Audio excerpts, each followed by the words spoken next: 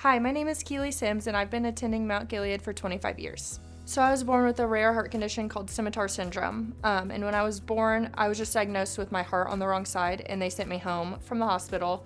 But luckily, I was my mom's fourth kid, so she was able to tell that maybe there was something else going on. And I had a nurse that was my bedside nurse at the time, and she came in and gave my mom a book, and it's called The Heart of a Child.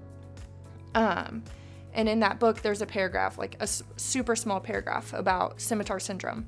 And they're just teardrop stains all over the page, so I still have it at my house. And my mom was like, this is what she has. The reason my mom was so emotional when she was reading that text is there was only 40 people in the world that had the heart condition, and it said 25% chance of survival, just a bunch of things in there, that a lot of people with heart conditions, it also comes with multiple other things. I've had 2 heart surgeries. So my first one was at 6 weeks. I was good for a while, and then I had my second surgery at 18 months. Most people with scimitar syndrome have other issues. I'm not on any cardiac meds. I have no cardiac issues at all. I played travel softball, did 4-H, and I just had a baby a year ago.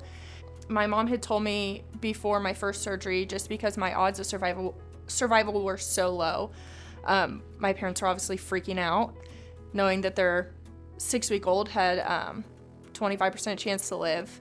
When they took me for my first surgery, my dad went to hand me over, and he pulled back, and the nurse was like, do you want to meet the rest of the staff? And so the rest of the staff came in and talked to my parents, and they met everyone that would be in the room for my surgery. And my heart surgeon, Dr. Brown, actually came in and sat down and prayed with my parents before the surgery. So just knowing that we had my church family praying, my surgeon praying, my parents praying was pretty incredible. And so with all that, I was really inspired to become a nurse. I ended up on the heart unit, which is where I was when I was a baby. And I was on the heart unit for a while, and then I got an opportunity to go to CV surgery. So I was actually in the operating room doing open heart surgeries with the same surgeon that did surgery on my heart, which is insane. And so he came in for surgery one day.